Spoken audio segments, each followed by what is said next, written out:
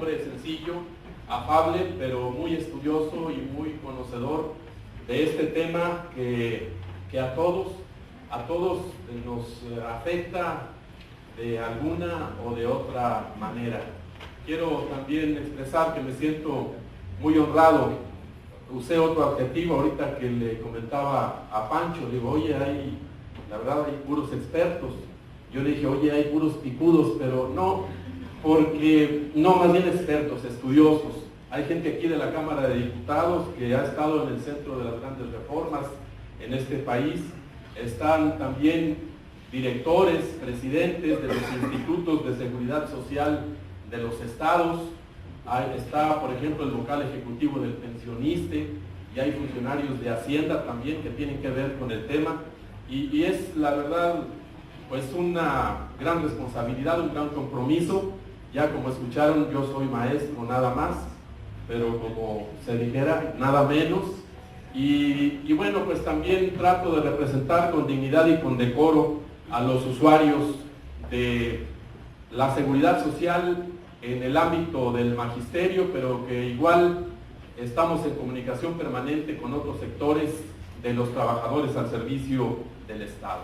Y bueno, pues yo coincido con las expresiones que se han dado aquí en cuanto a que es un gran desprendimiento, es una gran generosidad de parte del actuario Francisco Miguel Aguirre de poder plasmar en un libro como este la experiencia y los conocimientos acumulados durante más de 33 años. Y decirles también que en lo personal me parece un libro muy didáctico, creo que puede ser utilizado perfectamente como un libro de texto para quienes sean estudiosos del ámbito de la seguridad social, pero también para quienes somos usuarios, somos beneficiarios o tenemos que ver con la seguridad social, que somos la mayoría de los mexicanos o todos los mexicanos. Los conocedores del tema, economistas, funcionarios, administradores de institutos de pensiones, actuarios, etcétera, afirman que la próxima crisis es, como dice Pedro Vázquez Colmenares, la que tiene que ver con los sistemas de pensiones en este país. Y bueno, si es una bomba de tiempo a nivel nacional, coincido, porque así se expresa también de parte del autor, que tenemos muchas bombas de tiempo de menores dimensiones en lo local, en lo regional, pero que ya todas juntas también hablan de una catástrofe a mediano y largo plazo si no nos damos a la tarea de tomar cartas en este asunto fundamental. Y cada vez, indiscutiblemente, porque hay gente como Francisco Miguel que se preocupa por este hecho, hay más conciencia de que es necesario reformar los sistemas de pensiones.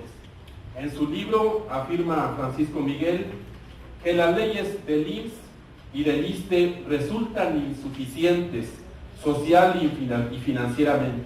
Y hay una gran razón en ello, porque obviamente la transición que tiene que darse entre las generaciones actuales que nos inscribimos en el sistema de beneficio definido, de reparto o solidario, como se llama, tiene que ser entre 25 o 28 años para que concluyamos nuestro ciclo y entonces lleguen los jubilados y pensionados de las cuentas individuales. Y durante todo ese tiempo, el Estado, porque así se prevé, y las entidades federativas a través de sus gobiernos locales, tendrán que hacerse cargo de los compromisos con esos jubilados y pensionados en transición. En el ámbito en que nos desenvolvemos los dirigentes sindicales, la verdad no es fácil explicar a quienes representamos con objetividad sobre este problema y de convencer que las reformas tienen que hacerse. No es tarea sencilla, porque no es tan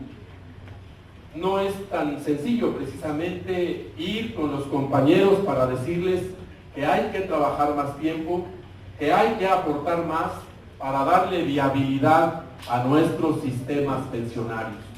Yo quiero comentar a ustedes, y en esto coincidirán quienes sí en este momento son parte del Colegiado de Seguridad y Derechos Sociales, que en los últimos 60 días estuvimos en todo el país hablando con los representantes de los trabajadores de la educación en congresos estatales, y el sector más sensible, el sector más demandante es precisamente el de nuestros jubilados y pensionados.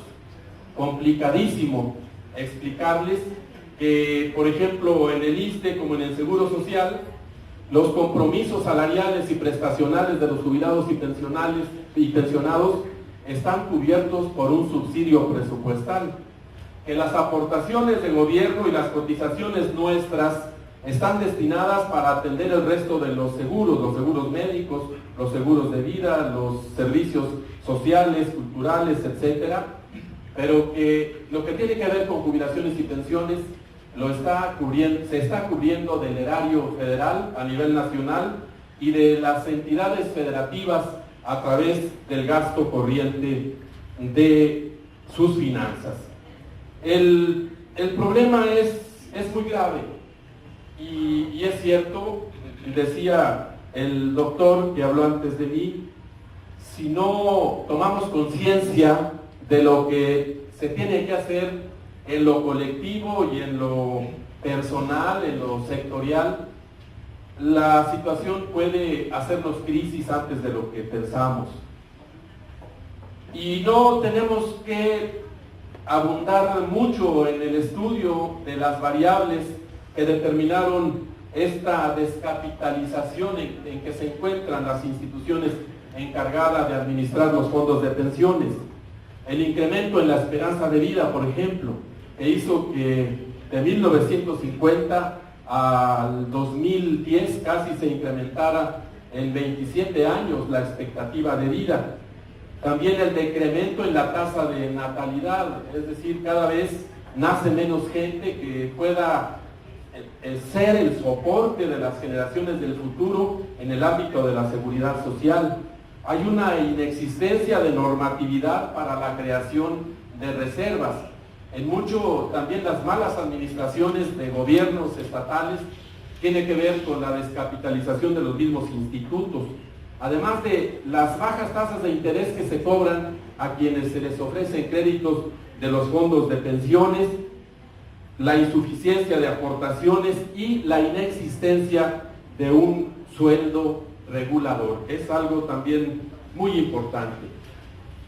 Y bueno, pues a nosotros, a los dirigentes, como a los funcionarios, como a los gobernantes, nos toca ver por el colectivo, pero desafortunadamente, y es muy lógico, es pues hasta muy razonable, porque se tiene derecho a ello.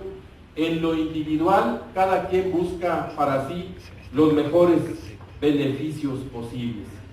Y para los dirigentes sindicales, insisto, es un problema, porque además es nuestro rol el tener la presión de nuestros compañeros que constantemente están buscando más bonos, incrementos salariales, más prestaciones.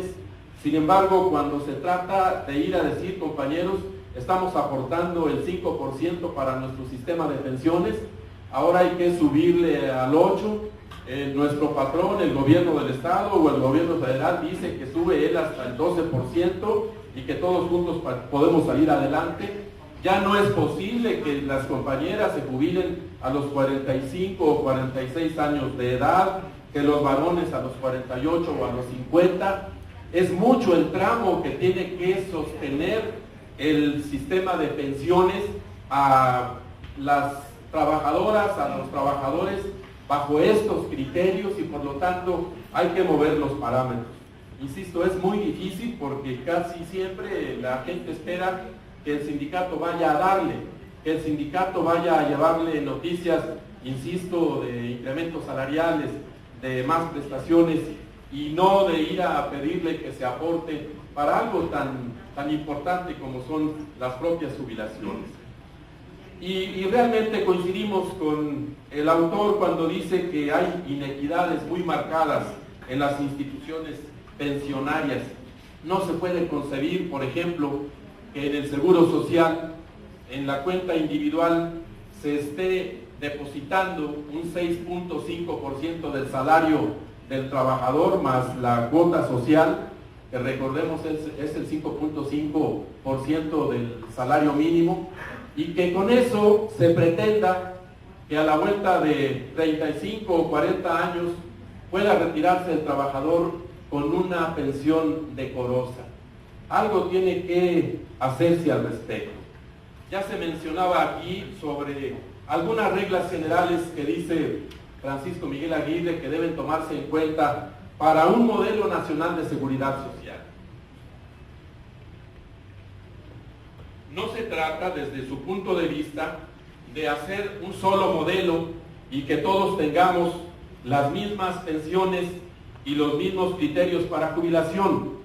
Se trata de que haya reglas mínimas que le den un sentido de justicia social a las jubilaciones y a las pensiones. Por ejemplo, habla de la pensión universal no contributiva financiada con impuestos al consumo, pero para toda la población económicamente activa, para todos los mexicanos que lo requieran.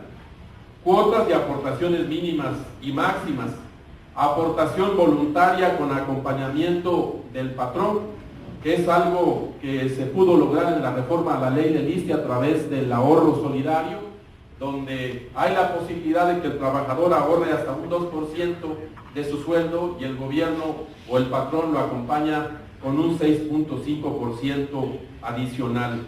Una pensión garantizada, aquí vemos por ejemplo que la pensión mínima garantizada en el Seguro Social es de un salario mínimo, en el ISSSTE es de 2 salarios mínimos. Y esto es algo también que exige el de hacer una homologación, una revisión que permita que haya equidad en las instituciones de seguridad social.